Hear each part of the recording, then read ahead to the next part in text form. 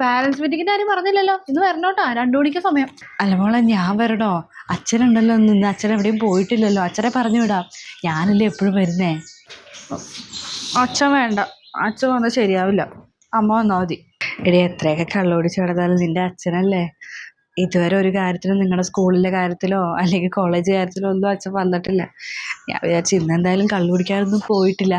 അതാ ഞാൻ പറഞ്ഞ അച്ഛനെ പറഞ്ഞുവിടാം. അമ്മയ്ക്ക് എന്താ അമ്മ അവസ്ഥ എന്താണെന്ന് അറിയത്തില്ലേ?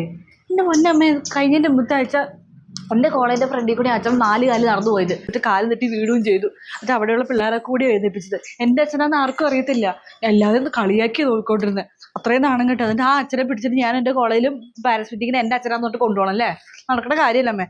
കാര്യമൊക്കെ എത്രയൊക്കെ അച്ഛനൊക്കെ ശരിയായിരിക്കും, ഞാൻ ചെയ്യണ തെറ്റും ഉണ്ടാവും, പക്ഷെ ശരിയാവില്ല. അച്ഛൻ കള്ളു കുടിച്ചോണമെന്ന് അലമ്പാക്കും. 2 മണിക്ക് വരാൻ പറഞ്ഞ അച്ഛൻ കള്ളു കുടിച്ചിട്ട് അങ്ങോട്ട് കയറി വന്ന് എന്ത് ചെയ്യും? ഞാൻ നാണം കിട്ടില്ല, എനിക്ക് ആ കോളേജിൽ ഇനിയും പഠിക്കേണ്ടതാണ്.